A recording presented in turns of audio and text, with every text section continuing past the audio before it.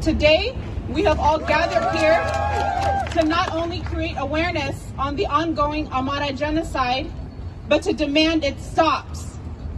Amharas are being killed weekly, not because they're Ethiopian, but simply because they're Amhara.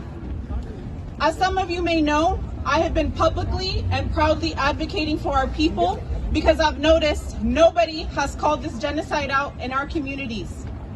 Instead of acknowledging the truth and working together to put a stop and halt to this genocide, it has been ignored.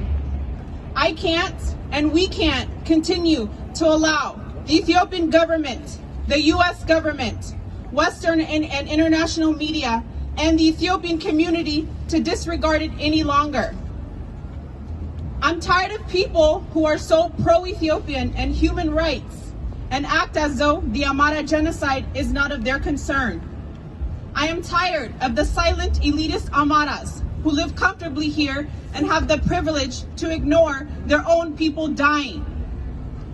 Any Ethiopian who cannot acknowledge their privilege while acknowledging they have no place to speak against the disenfranchised Amharas who face violence every day is simply brainwashed with an unfortunate case of identity crisis. We must apply pressure by creating consciousness and work on saving and rehabilitating our people. We must continue to demand the barbaric atrocities, slaughters, and weekly massacres stop until they stop.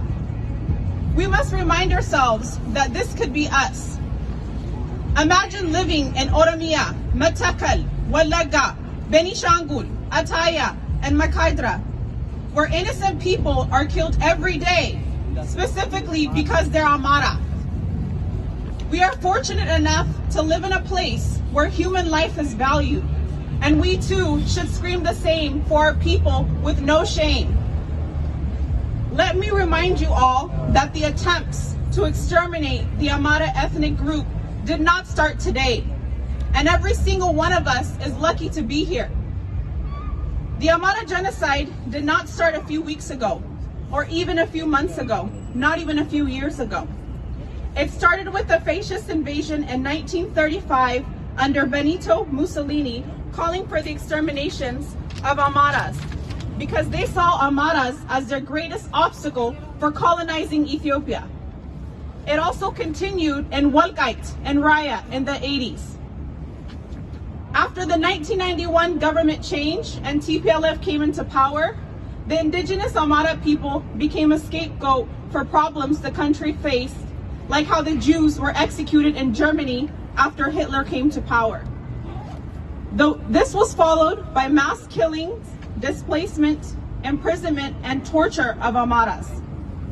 The TPLF regime, who implemented ethnic federalism, which is a federalist system of national government in which the federated units are defined and segregated by ethnicity, using redlining policies and in certain cases partitioning multi-ethnic regions, causing internal displacement and loss of people specifically focused on the Amhara ethnic group. The suppression of Amhara identity, criminalizing Amhara identity, and calling for the extermination of Amharas in their TPLF manifesto by committing a silent genocide to weaken and dismantle the Amhara ethnic group. TPLF has killed millions of Ethiopians in the last 27 years while targeting Amharas, yet we still stand strong. The Amhara population lost more than 2.5 million people between 1994 and 2007 in census compared to the projections. This was discussed in 2011 Parliament by the Census Committee Chair, Ms. Samira. The Census Committee Chair brought in Harvard experts to confirm the accuracy of the statistics, and according to the experts, the stats look accurate. However, they could not explain the discrepancy of the 2.5 million missing Amharas and stated that there is an obvious systematic reduction in the number of Amharas. In attempts to continue the Amhara population from growing, a mass sterilization was forced upon young Amhara women by TPLF. Pharmaceutical Funds and Supply Agency, PFSA, was established in September 2007 by TPLF Proclamation number 553. As a government agency, PFSA was tasked with the role of administrating every drug-related issue in the country. The mastermind behind the mass sterilization of Amhara women was TPLF member Haile Selassie Bihon. After he became the director of PFSA, one of the first tasks he completed was to continue TPLF's genocidal mission against the Amharas.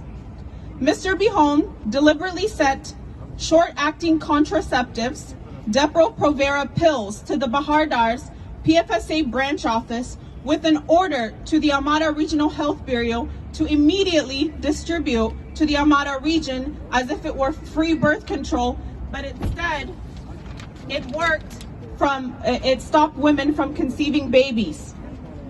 This inhumane and barbarous cruelty by the fascist TPLF regime is a deliberately designed project to depopulate the Amhara people and eliminate the Amhara race from the earth's surface. But again, we still stand strong. We still stand strong.